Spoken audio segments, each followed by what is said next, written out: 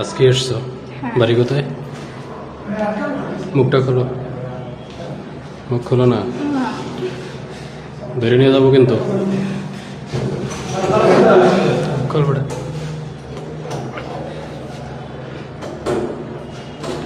দিক থাকো। এখানে আসছো, এখানে আসছো কবে? আজকে এখানে আজকে আসছো? কত টাকা? কত টাকা? কে নিয়ে এসছে? কে নিয়ে এসছে? কথা বলবা?